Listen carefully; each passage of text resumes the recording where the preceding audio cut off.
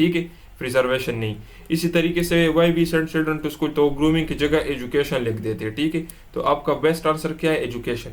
इस तरीके से न्यूज़पेपर इज यूज पर वो करंट अफेयर्स की बजाय नॉलेज के ऊपर टिक कर देते हैं। कार इज यूज पर तो ट्रेवल, ठीक है। 90% आप 90, तो उसका उनको पता नहीं होता। तो ये शॉर्टकट ट्रिक था परसेंटेज रिलेटेड क्वेश्चंस का, कि आप लोगों ने इसके पहले डिजिट को इसके पहले डिजिट के साथ मल्टीप्लाई करना है, तो आपका आंसर हो जाएगा 981।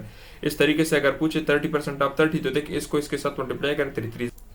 अस्सलाम वालेकुम डियर स्टूडेंट्स, उम्मीद करता हूँ कि आप सब खैरियत से होंगे and welcome to Elan forces academy.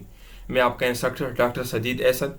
So dear students, आज के इस वीडियो में हम डिस्कस करेंगे आर्मी मेडिकल कॉलेज की ऑनलाइन प्रिपरेशन क्लासेस से रिलेटेड। जैसा कि आप सबको पता है कि हमने अपने यूट्यूब चैनल पर आर्मी मेडिकल कॉलेज से रिलेटेड तकरीबन 3 से 4 लेक्चर्स अपलोड कर चुके हैं, जिसमें वर्बल, नॉन वर्बल और एकेडमिक का भी एक लेक्चर हमने अपलोड किया था।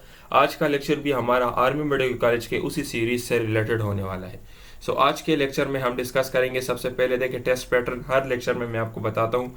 तो ये आपका टेस्ट पैटर्न है। इसके अंदर 4 पोर्शंस होंगे, वर्बल, नॉन वर्बल, एकेडमिक और पर्सनालिटी टेस्ट। इससे पहले लेक्चर्स में मैं इनके ऊपर डिस्कशन कर चुका हूँ, अभी मैं इसके ऊपर मजीद डिस्कशन नहीं करूँगा। बाकी जो रजिस्ट्रेशन है या तो जून के एंड में आएगा या जुलाई के स्टार्ट में, ठीक है। तो इस डेट तक आपकी रजिस्ट्रेशन आ जाएगी, ठीक है। तो ये 4 पोर्शन है। आज के इस लेक्चर के अंदर हम एकेडमिक पोर्शन को डिस्कस करेंगे, ठीक है। तो एकेडमिक पोर्शन के जो मोस्ट रिपीटेड क्वेश्चंस है उसको डिस्कस करेंगे, और वर्बल के जो क्वेश्चंस है उसको डिस्कस करेंगे। वर्बल के वो क्वेश्चंस जो बार बार रिपीट होते हैं, तो तकरीबन 7-8 क्वेश्चंस है जो मैंने अपने इस लेक्चर के अंदर लगाए हुए हैं।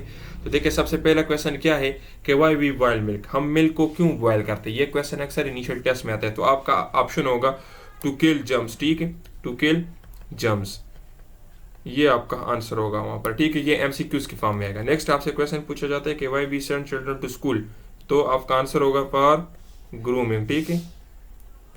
एजुकेशन तो हर जगह से हासिल की जा सकती है, लेकिन मेन मकसद वहाँ पे ये होता है कि ग्रूमिंग हो। तो ग्रूमिंग में एजुकेशन प्लस उनकी डेवलपमेंट सब कुछ आ जाता है, ठीक है। इसके अलावा देखिए न्यूज़पेपर इज यूज पर, तो देखिए आपका आंसर होगा करंट अफेयर्स। अक्सर स्टूडेंट इसमें गलती कर लेते हैं, वहाँ पे लिख देते हैं नॉलेज, तो नॉलेज नहीं है। देखिए न्यूज़पेपर तो ऑलरेडी हम करंट अफेयर्स के लिए पढ़ते, ताकि हमें पता चल जाए कि आसपास क्या हो रहा है। तो अगर करंट अफेयर्स का ऑप्शन ना हो तब फिर आपने नॉलेज टेक करना है, ठीक है। लेकिन सबसे पहले आपको करंट अफेयर्स का ऑप्शन मिलेगा, आपने करंट अफेयर्स के ऊपर क्लिक करना है, ठीक है। इसके अलावा देखिए कार इज यूज फॉर, तो देखिए ट्रेवल, ठीक है, ट्रेवल के लिए यूज होता है, ठीक है। अभी देखिए 90% आप 90, तो अगर इस किस्म का क्वेश्चन आपके इनिशियल टेस्ट में आ जाए तो इसका शॉर्टकट ट्रिक ये है कि इस 90 का पहला डिजिट जो कि 9 है, इस दूसरे के 90 के पहले डिजिट वो भी 9 है, उसके साथ मल्टीप्लाई कर, तो देखिए 9 multiply by 9 is equal to 81।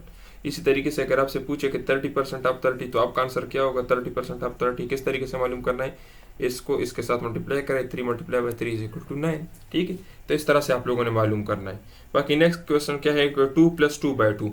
तो इस किस्म के क्वेश्चन अगर आपको आ जाए तो आप लोगों ने डमास रूल से सॉल्व करने हैं। डमास रूल क्या है, सबसे पहले आप लोगों ने डिवीजन करनी है, फिर मल्टीप्लिकेशन, फिर एडिशन, फिर सब्ट्रैक्शन।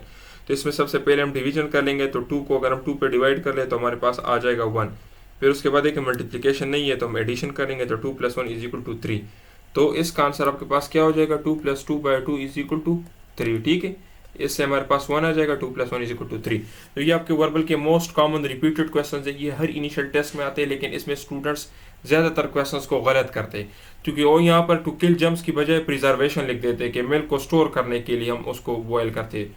टू किल जर्म्स इसका बेस्ट आंसर है, ठीक है, प्रिजर्वेशन नहीं।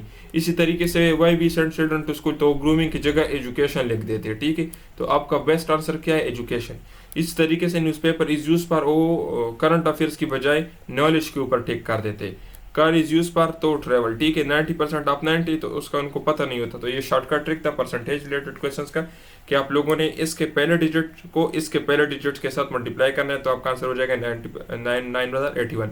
इस तरीके से अगर पूछे 30% आप 30, तो देखिए इसको इसके साथ मल्टीप्लाई करें, 3 × 9, 40% आप 40, 4 4 16।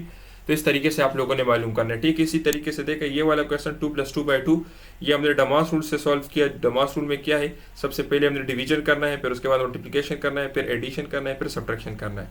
सो उम्मीद करता हूँ कि आपको समझ आ गया होगा। अगर कोई भी क्वेश्चन हो तो नीचे मुझे कमेंट बॉक्स में मुझे पूछ ले, अगर यहाँ पे आपको अभी तक किसी भी किस्म की मसला हो, ठीक है। अभी इसके बाद हम बढ़ते हैं देखिए मोस्ट रिपीटेड एमसीक्यूज की तरफ। ये पिछले 5 साल के पास पेपर्स को हमने स्कैन किया हुआ है, ठीक है। हम एकेडमिक को किस तरीके से प्रिपेयर करते हैं।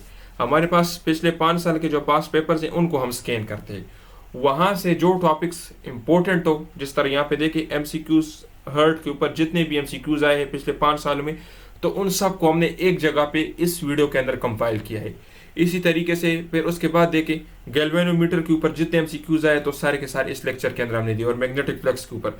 तो पिछले 5 सालों के पास पेपर्स में जो रिपीटेड टॉपिक्स होते हैं और उन रिपीटेड टॉपिक्स के ऊपर जितने एमसीक्यूज आए होते हैं, तो उस सब के सब हम इसी तरह से एक वीडियोस के अंदर अपने कंपाइल करके आप लोगों को सेंड करते हैं। ठीक है, आप लोगों को अपने पेड कोर्सेज के अंदर भी देते हैं, अगर ज्वाइन करना है तो ये हमारा कॉन्टैक्ट नंबर है। और इसी तरह से यूट्यूब पे हम आपको डेमो लेक्चर के अंदर जिस तरह प्रोवाइड कर रहे थे इसी तरह हमारी ऑनलाइन तैयारी के अंदर होगी। तो अभी हर्ट के ऊपर जितने भी एमसीक्यूज मैं आपको बता रहा हूँ, ये पिछले 5 सालों में बार बार ये क्वेश्चन आए हैं। ठीक है, कभी एक क्वेश्चन पूछा गया तो कभी दूसरा, तो इसलिए जो हम आपको तैयारी करवाएंगे उसमें हम इसी तरह के सेलेक्टेड टॉपिक्स और जो हाई यील्ड टॉपिक्स होते हैं, इंपॉर्टेंट टॉपिक्स, वो कवर करेंगे और उसके ऊपर एक जगह पे सारे क्वेश्चंस को डिस्कस करेंगे। क्योंकि ऐसा नहीं कि अभी लास्ट ईयर का क्वेश्चन हम पहले पढ़ ले, फिर नेक्स्ट ईयर का पढ़ ले, फिर नेक्स्ट ईयर का पढ़ ले। अगर एक टॉपिक के साथ आप सारे एमसीक्यूज कवर कर लेते हो तो आपके लिए आसानी हो जाती है, जिस तरह भी हम यहाँ पे डिस्कस करेंगे। देखिए सबसे पहले क्या है, contractile layer of the heart. Heart की वो कौन सी लेयर है जिसके अंदर कंट्रैक्शन होती है? तो याद रखिए कंट्रैक्शन हमेशा मसल्स के अंदर होती है। ठीक है, मसल्स के अंदर कंट्रैक्शन होती है ना, मसल्स की फंक्शन भी यही है कंट्रैक्शन। तो अभी देखिए हर्ट के अंदर आपके पास कौन से मसल्स होते हैं? कार्डिक मसल्स होते हैं। तो कार्डिक मसल्स हर्ट के कौन से लेयर में होते हैं? मायोकार्डियम में। ठीक है, तो ये आपका ऑप्शन हो गया। अभी इस क्वेश्चन को अगर मॉडिफाई करके आपसे पूछा जाए कि cardiac muscles are present in which layer of heart, तो आपका आंसर होगा मायोकार्डियम। ठीक है, इसी तरीके से अगर और क्वेश्चन आपसे पूछे कि the strongest layer of the heart, तो strongest layer of the heart कौन सा है? मायोकार्डियम। ठीक है, याद रखिए इसके ऊपर अक्सर एक दूसरा क्वेश्चन भी पूछा जाता है कि the strongest chamber of the heart, तो strongest chamber of the heart वो अलग चीज है, strongest layer of the heart कौन सी है? वो मायोकार्डियम है। चैम्बर में आपसे ये पूछा जाता है कि right atrium, left atrium, right ventricle, left ventricle, उसमें से स्ट्रॉन्गेस्ट या थिकेस्ट चैम्बर कौन सा है? और अगर लेयर का पूछे तो लेयर आपके पास मायोकार्डियम है। तो ये दो क्वेश्चन बार बार पूछे जा चुके हैं इनिशियल टेस्ट में, और अक्सर स्टूडेंट्स इसमें गलती कर लेते हैं और इसके अंदर एक ही ऑप्शन टिक कर लेते हैं। ठीक है, तो देखिए the contractile layer of the heart, contractile में मतलब यह है कि हर्ट की वो लेयर जिसके अंदर मसल्स है, जिसकी कंट्रैक्शन हो। तो हर्ट के अंदर कौन से मसल्स है? कार्डिक मसल्स है। तो अभी हम कार्डिक मसल्स के फीचर्स को भी डिस्कस करते हैं। तो देखिए आपको पता है कार्डिक मसल्स जो है, तो इसका जो फंक्शनल यूनिट है वो सार्कोमियर है। ये यूनिट से बना होता है, उस यूनिट का नाम क्या है? सार्कोमियर। तो द फंक्शनल यूनिट हम क्यों कहते हैं? क्योंकि सार्कोमियर जो है यही ओरिजिनल में वो कंट्रैक्शन करते हैं। ठीक है, तो फंक्शनल यूनिट इसका यही है, जिस तरह हम कहते हैं ना कि cell is the basic structure and functional unit, तो इस तरीके से ये फंक्शनल यूनिट है हर्ट का सार्कोमियर। ठीक है, इसी तरीके से देखिए हमारे पास जो कार्डिक मसल्स है ये मोनोन्यूक्लिएटेड है। ठीक है, मोनोन्यूक्लिएटेड स्ट्राइएटेड है। मोनोन्यूक्लिएटेड और स्ट्राइएटेड का मतलब क्या है? इस तरह की स्ट्राइएशन होगी उसके ऊपर। ठीक है, और हर स्ट्राइएशन के अंदर आपको एक न्यूक्लियस मिलेगा, मोनोन्यूक्लिएटेड। जिस तरह स्केलेटल मसल्स जो है वो मल्टी न्यूक्लिएटेड है, स्ट्राइएटेड भी है और मल्टी न्यूक्लिएटेड है। तो ये क्वेश्चन भी अक्सर पूछा जाता है कि multi nucleated and striated muscles कौन से? तो मल्टी न्यूक्लिएटेड प्लस स्ट्राइएटेड ये आपके पास स्केलेटल मसल है। लेकिन मोनोन्यूक्लिएटेड प्लस स्ट्राइएशन, ये क्रॉस स्ट्राइएशन आपको नजर आ रही है ना, देखिए ये क्रॉस स्ट्राइएशन आपको नजर आ रही है ना, ये एक सेल है जो आपको नजर आ रहा है और ये इसके अंदर न्यूक्लियस हो गया और ये इसके अंदर देखिए क्रॉस स्ट्राइएशन है। ठीक है, तो आपका आंसर क्या हो जाएगा कि मोनोन्यूक्लिएटेड, ठीक है, और इसके अलावा स्ट्राइएटेड ये आपके पास कार्डिक मसल्स है। मल्टी न्यूक्लिएटेड प्लस स्ट्राइएटेड ये आपके पास स्केलेटल मसल्स है। और ये डायग्राम भी आप लोग याद रखिए, क्योंकि ये अक्सर ये आपके इनिशियल टेस्ट में आपको इस तरह का तस्वीर भी दिया जाता है और आपसे पूछा जाता है कि identify the type of muscle. इससे पहले एक लेक्चर में इसके ऊपर बना चुका हूँ, यूट्यूब चैनल पे अवेलेबल है, कि आप लोगों ने तस्वीर से मसल्स को किस तरीके से आइडेंटिफाई करना है। ठीक है, तो आपको तस्वीर दिया जाता है और आपसे पूछा जाता है कि इसमें लेट सपोज स्मूथ मसल्स कौन से, कार्डिक मसल्स कौन से, तो भी आप लोगों ने करने। स्मूथ मसल्स में स्ट्राइएशन नहीं होती, कार्डिक मसल्स में आपके पास स्ट्राइएशन होगी, ये स्ट्राइएशन, लेकिन न्यूक्लियस एक होगा। इसके अलावा स्केलेटल मसल में स्ट्राइएशन होगी लेकिन न्यूक्लियस ज्यादा होंगे। ठीक है, बाकी कार्डिक मसल्स को मायोजेनिक मसल्स भी कहते हैं। मायोजेनिक मसल्स का मतलब क्या है? मायोजेनिक मसल्स का मतलब ये है कि ये अपना एक्शन पोटेंशियल खुद जनरेट करते हैं। आपको पता है कि ऐसे नोड के अंदर आपके पास एक्शन पोटेंशियल जनरेट होता है, फिर एवी नोड के अंदर जाता है, फिर एवी नोड से फरकंजी फाइबर्स के थ्रू जाता है, इसी तरह पूरे हार्ट कंट्रैक्ट करता है। इसको बाहर से करंट की जरूरत नहीं है, बल्कि खुद अपने अंदर करंट को प्रोड्यूस करता है, तो इसलिए इसको मायोजेनिक भी कहते हैं, ठीक है। Cardiac muscles are myogenic muscles, क्यों? क्योंकि ये अपना एक्शन पोटेंशियल खुद जनरेट करते हैं।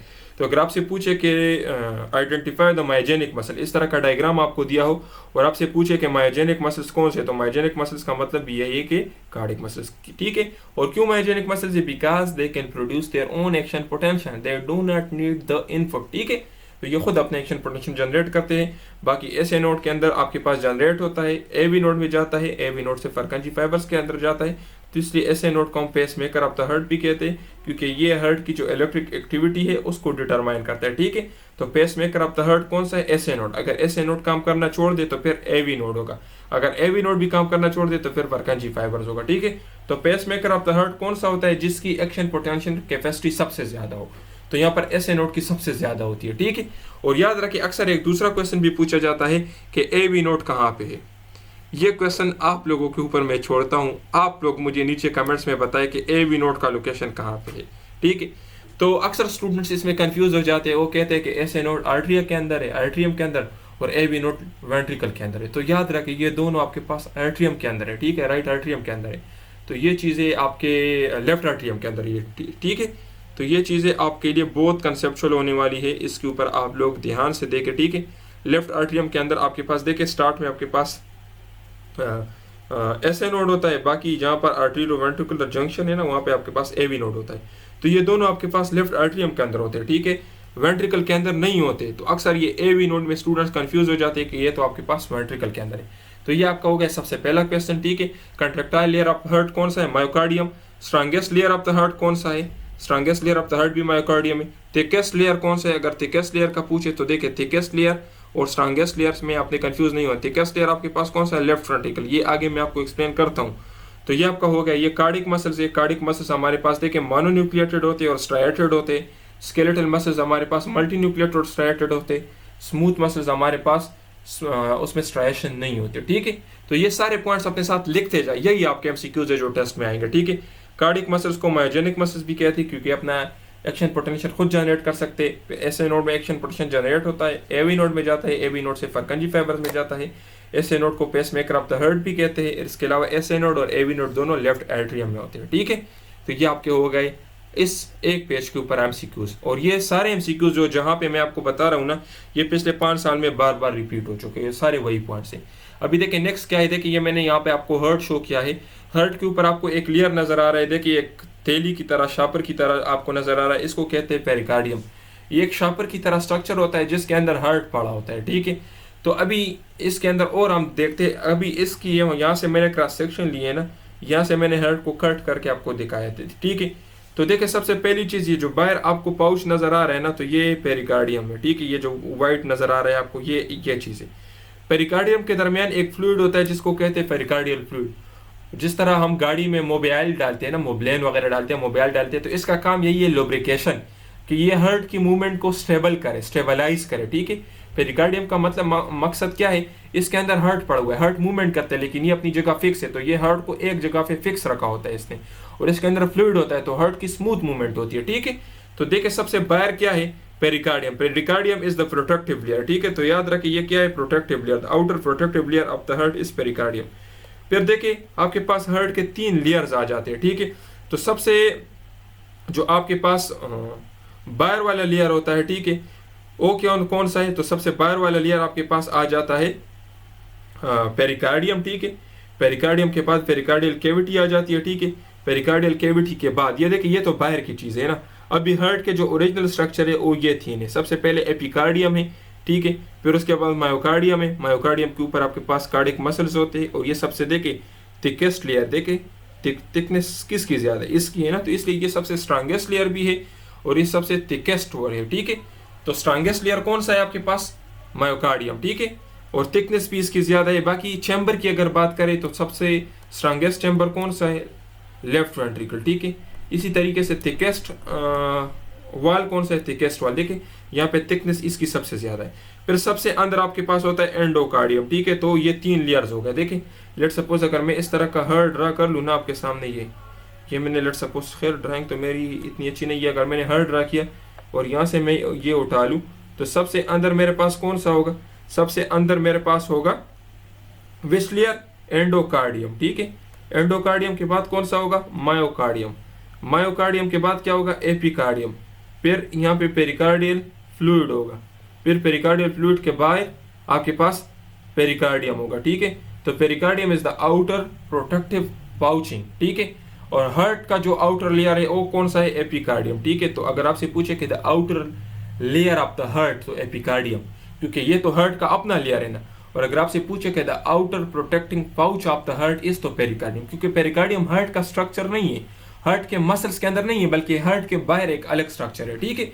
हार्ट के बाहर शापर की तरह, शापरनुमा या एक बेग की तरह स्ट्रक्चर है जिसके अंदर हार्ट पड़ा हुआ है। तो अगर आपसे पूछे कि the outer most layer of the heart, तो आपका आंसर होगा एपिकार्डियम, ठीक है। अगर आपसे पूछे कि the outer most protective pouching of the heart is called, तो पेरिकार्डियम। और यहाँ पे ये पेरिकार्डियल फ्लूइड होता है, ठीक है। तो अगर ये पेरिकार्डियल फ्लूइड में आपके पास इन्फेक्शन हो जाए तो आपके पास क्या होगा, यहाँ पे इफ्यूजन हो जाएगा। अगर फ्लूइड का लेवल बढ़ जाए तो आपके पास हार्ट को ये प्रेस करेगा, हार्ट को कंप्रेस करेगा, तो हार्ट फेलियर के चांसेस होते हैं, ठीक है। ये आपके बुक में लिखा है। बाकी देखिए यहाँ पर मैंने एक दूसरा आपके पास तस्वीर ऐड किया हुआ है।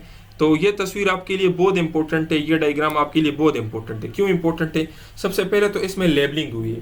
तो ये लेबलिंग आप लोगों ने याद रखना है, आपके टेस्ट में कोई भी पूछा जा सकता है। याद रखिए जो पॉइंट्स मैं आपको बता रहा हूँ ना, तो ये तो आपके एमडी कैट के लिए भी बहुत इंपॉर्टेंट है, बहुत ज़रूरी है, ठीक है। आपके एमडी कैट के लिए भी ज़रूरी है, इसके अलावा आपके नम्स के टेस्ट के लिए भी, और आर्मी मेडिकल कॉलेज के लिए तो ऑलरेडी हम इसको कर रहे हैं, ठीक है। तो ये तस्वीर आप लोग याद रख ले। अक्सर नम्स के टेस्ट में भी ऐसा होता है कि आपको इस तरह का एक डायग्राम दिया जाता है, और वहाँ पे आपको लेट सपोज अगर इस तरह का कहे कि ए, आप बताए कि ए नंबर स्ट्रक्चर कौन सा है, या अगर आपसे पूछे कि बी नंबर स्ट्रक्चर कौन सा है, या आपसे पूछे सी नंबर स्ट्रक्चर कौन सा है, डी नंबर स्ट्रक्चर कौन सा है, तो इस तरह की लेबलिंग होती है और आपको बताया जाता है कि आप बताए कि ये स्ट्रक्चर कौन सा है। तो देखिए सबसे पहली चीज़ यहाँ पर ये आपके पास होगा ये राइट एट्रियम, ये राइट वेंट्रिकल। यहाँ पे देखें लेफ्ट एट्रियम, लेफ्ट वेंट्रिकल। तो देखिए यहाँ पे मैं आपकी आसानी के लिए इस तरह का एक डायग्राम ड्रा करता हूँ, ठीक है। यहाँ पर आपकी आसानी के लिए, ठीक है। यहाँ पे देखिए ये क्या है, राइट आर्ट्रियम। ये डायग्राम आप अपने साथ बनाएं, आपके लिए इंतहाई आसान हो जाएगा। ये क्या है, राइट वेंट्रिकल। ये क्या है, लेफ्ट एट्रियम। ये क्या है, लेफ्ट वेंट्रिकल। तो अभी देखिए इसके बीच में यहाँ पे एक वाल है, एक यहाँ पे वाल है, ठीक है। अभी राइट वेंट्रिकल से ब्लड जाएगा कहाँ पे, ये आप लोगों से अक्सर एमसीक्यू पूछता है कि राइट वेंट्रिकल से ब्लड कहाँ पे जाएगा, ठीक है।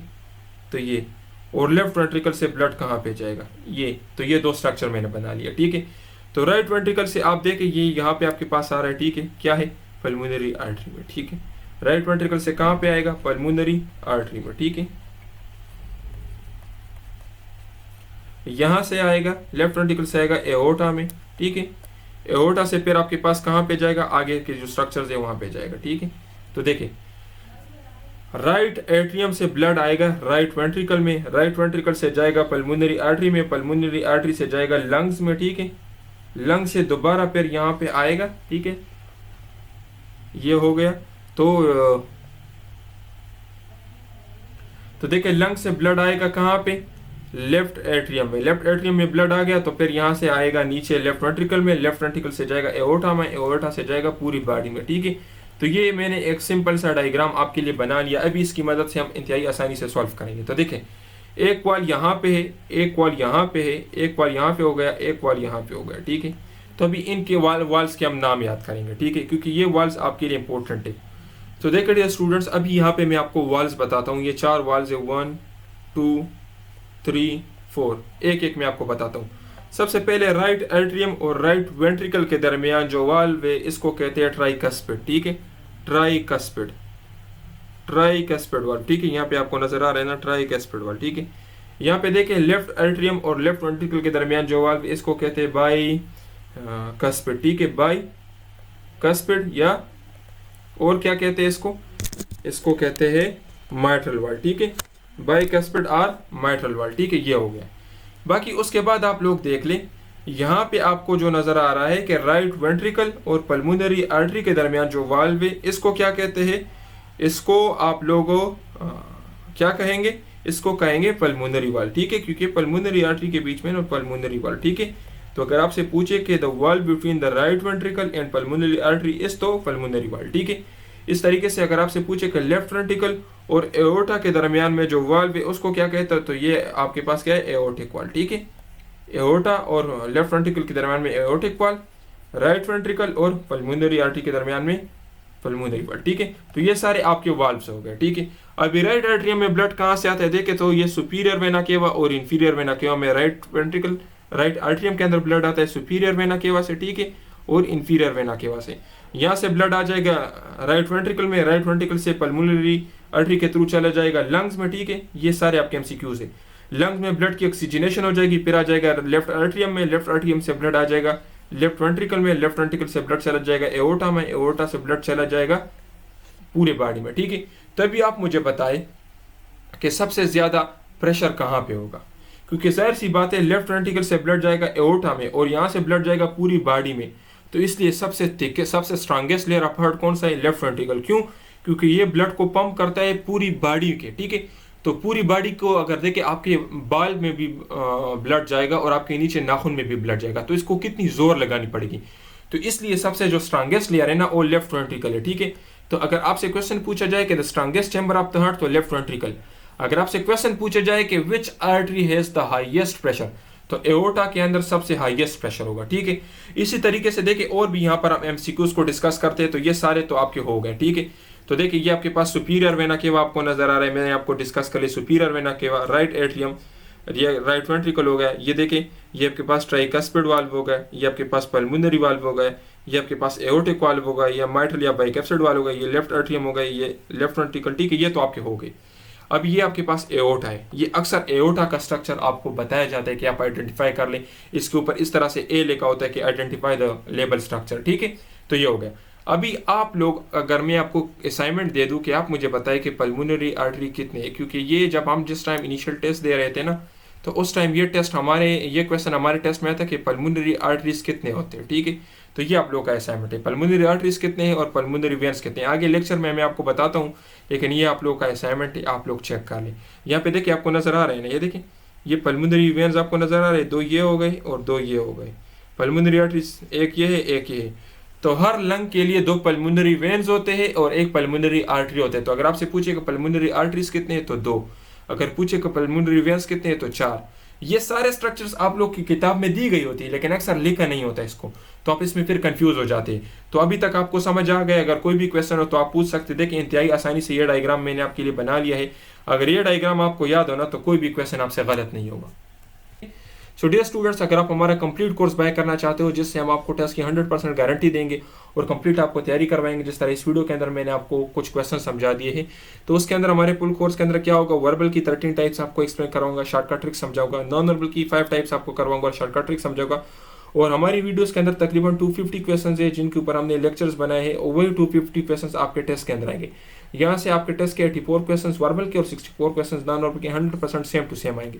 फिर उसके बाद एकेडमिक की कंप्लीट तैयारी हम करेंगे, जिस तरह यहाँ पर मैंने एकेडमिक के टॉपिक्स आपको एक्सप्लेन कर दिए, तो इसी तरह एकेडमिक की हम कंप्लीट तैयारी करेंगे। ठीक है, बाकी उसके बाद देखिए पिछले 5 सालों के जो पास पेपर्स है वो भी आपके साथ डिस्कस करेंगे, जिस तरह यहाँ पर मैंने हार्ट का टॉपिक, गैल्वेनोमीटर का टॉपिक और बाकी मैग्नेटिक फ्लक्स का टॉपिक आपके साथ डिस्कस कर लिए हैं। तो इस तरह से पिछले 5 सालों के पास पेपर्स के ऊपर हम डिस्कशन करेंगे, सेलेक्टेड नोट्स देंगे। ये नोट्स आपके सेंटर के मुताबिक होंगे, जिस सेंटर से आप लोगों ने टेस्ट देना है उसी सेंटर के मुताबिक नोट्स होंगे, क्योंकि जाहिर सी बात है आप लोग तो अभी फर्स्ट ईयर सेकंड ईयर का कोर्स इतनी अच्छी तरीके से टेस्ट के लिए पढ़ नहीं सकते, क्योंकि आपके टेस्ट में भी आर्मी मेडिकल कॉलेज के टेस्ट में ज़्यादा से ज़्यादा 1 महीने, तो 1 महीने के अंदर तो आप ये पूरे 2 सालों का कोर्स अच्छी तरीके से नहीं पढ़ सकते। तो इसलिए हम आपको सेलेक्टेड नोट्स देंगे और सेलेक्टेड तैयारी करवाएंगे, बिल्कुल A to Z इंपॉर्टेंट चीज़ें पढ़ेंगे और 100% आपका टेस्ट वहाँ से आएगा। और अगर हम आपको तैयारी करवाएंगे तो ना सिर्फ आपका टेस्ट पास होगा, बल्कि आपके टेस्ट में 95% से ज़्यादा मार्क्स आएंगे। तो अगर आपके मार्क्स टेस्ट में 95% से ज़्यादा हो तो आपको इनिशियल टेस्ट के बाद इंटरव्यू के लिए भी शॉर्टलिस्ट किया जाएगा। और याद रखिए, अगर आप सिर्फ टेस्ट को पास कर लेते हैं, टेस्ट को पास करना इतना मुश्किल नहीं है, तो आपकी शॉर्टलिस्टिंग के कोई चांसेस नहीं। फिर अपना टाइम ज़ाया ना करें, टेस्ट को 95% मार्क्स से क्वालिफाई करना है। ठीक है, क्योंकि आपके साथ बहुत सारे लोग होंगे, तो टेस्ट तो हज़ारों लोग क्लियर कर लेते हैं, लेकिन शॉर्टलिस्ट किया जाता है सिर्फ 300 लोगों को। तो 300 कौन से स्टूडेंट शॉर्टलिस्ट होंगे, जिसके मार्क्स ज़्यादा होंगे इनिशियल टेस्ट में। बाकी टीचर आपके पास होगा, सारे डॉक्टर से आपके पास होंगे, आपको गाइड करेंगे, किसी भी चीज़ की समझना है तो आप पूछ सकते हैं। और आपको पता है एक डॉक्टर आपको अच्छी तरीके से गाइड कर सकता है, क्योंकि हम खुद इनसे गुजरे हैं। और आप हमारा लेक्चर बाकी यूट्यूब पर जो भी आपको कह रहे हैं कि हम आपको तैयारी करवा रहे हैं, आप उनके लेक्चर्स के साथ हमारा लेक्चर कंपेयर कर ले, चाहे वर्बल का हो, नॉन वर्बल का हो या एकेडमिक का हो, और आप देखें कि हम आपको किस तरीके से एक्सप्लेन करवा रहे, कितना कंसेप्चुअल पढ़ा रहे और वो आपको किस तरीके से पढ़ा रहे। तो याद रहे कि यूट्यूब पर अक्सर कुछ FA जिन्होंने FA किया हुआ है या जिन्होंने सिंपली BA BSc पढ़ा हुआ है, वो लोग बैठे हुए और आपको कहेंगे कि हम आपको तैयारी करवाएंगे। तो भाई ये तो कोई आसान काम नहीं है। आप लोग डॉक्टर बनने जा रहे हो, आप लोगों ने एक कॉम्पिटिटिव टेस्ट देना है। तो जो बंदा खुद टेस्ट क्लियर नहीं कर सकता, जिसने खुद टेस्ट नहीं दिया, जो खुद डॉक्टर नहीं है, जिसने खुद इन स्टेप से गुजरा नहीं है, वो आपको क्या तैयारी करवाएगा। ठीक है, तो कभी भी इनके ऊपर धोखा नहीं होगा। वो आप लोगों को कम फीस का झांसा देंगे, आपको कहेंगे 2000 फी लेंगे या कहेंगे कि 1000 रुपये लेंगे और हम आपको तैयारी करवाएंगे। तो आप खुद समझदार हो, ना यहाँ पे एडमिशन ले ना वहाँ पे एडमिशन ले। पहले डेमो लेक्चर्स देख ले, जहाँ से आपको अच्छा लगे, कंसेप्चुअल लगे, डेमो नोट्स चेक कर ले, फिर वहाँ पे आप लोग एडमिशन ले ले। ठीक है, तो ये हमारा कॉन्टैक्ट नंबर है। अगर आप हमारे ये कोर्स बाय करना चाहते हो तो इस नंबर पर रब्ता करके बाय कर सकते हो। इस कोर्स की नॉर्मल फीस जो है 12,000 है, लेकिन अभी हमने डिस्काउंट लगाया है। पहले 100 स्टूडेंट्स के लिए आपको 7900 में मिलेगा, और जब 100 एडमिशन्स पूरे हो जाए उसके बाद फिर हम अपनी नॉर्मल फी चार्ज करेंगे। बाकी देखिए डियर स्टूडेंट्स, अगर आप चाहते हो कि हमें सिर्फ नोट्स चाहिए, बाकी हम खुद पढ़ सकते हैं, तो हमारे पास सिर्फ नोट्स भी अवेलेबल है। नोट्स के अंदर भी हम आपको टेस्ट की गारंटी देंगे, 100% आपका टेस्ट वहाँ से आएगा। नोट्स के अंदर क्या होंगे, वर्बल होंगे विद ट्रिक्स, नॉन वर्बल होंगे विद ट्रिक्स, कंप्लीट एकेडमिक होगा, पिछले 5 साल के पास पेपर्स होंगे, ओरिजिनल पास पेपर्स। याद रखें आपको बाजार से जो बुक मिलते हैं उसके अंदर पास पेपर्स ओरिजिनल नहीं है, उन्होंने अपने बनाए होते हैं। हमारे पास पास पेपर कहाँ से आते हैं, जिस तरह लेट सपोज अगर आपने टेस्ट दे दिया तो इस तरह हमारे स्टूडेंट्स होते हैं जो टेस्ट दे देते हैं, तो वापस ही पर आकर हम उनसे पूछते हैं कि आपके टेस्ट में कौन से क्वेश्चन आए थे। तो हमें बताते हैं कि सर मेरे टेस्ट में ये क्वेश्चन आए थे। तो उन क्वेश्चन को हम कलेक्ट करते हैं, फिर उनसे हम पास पेपर्स बनाते हैं। तो हमारे पास पेपर्स बिल्कुल ओरिजिनल पास पेपर्स होते हैं। हर सेंटर के हर डेट के पास पेपर्स हमारे पास अवेलेबल है। ठीक है, तो याद रखिए बाकी जो बाजार से आपको बुक मिल रहे हैं उनके अंदर ओरिजिनल पास पेपर्स नहीं है। तो अगर आप लोगों ने पास पेपर्स रीड नहीं किए तो आप लोगों को कैसे पता चलेगा कि मेरे टेस्ट का डिफिकल्टी लेवल क्या है।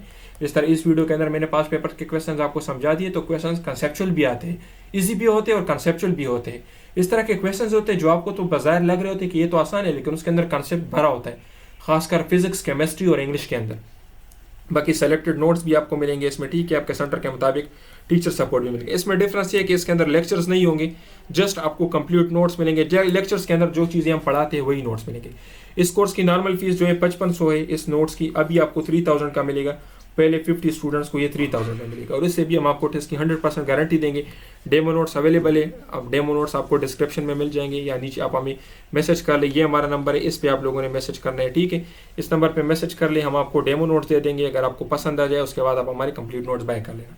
थैंक यू डियर स्टूडेंट्स, आप लोग बहुत ख्याल रखिए। वीडियो को लाजमी लाइक करें ताकि ये वीडियो ज़्यादा से ज़्यादा लोगों तक पहुँचे और ज़्यादा से ज़्यादा लोगों की हेल्प हो सके। वस्सलाम, अपना बहुत ख्याल रखिए।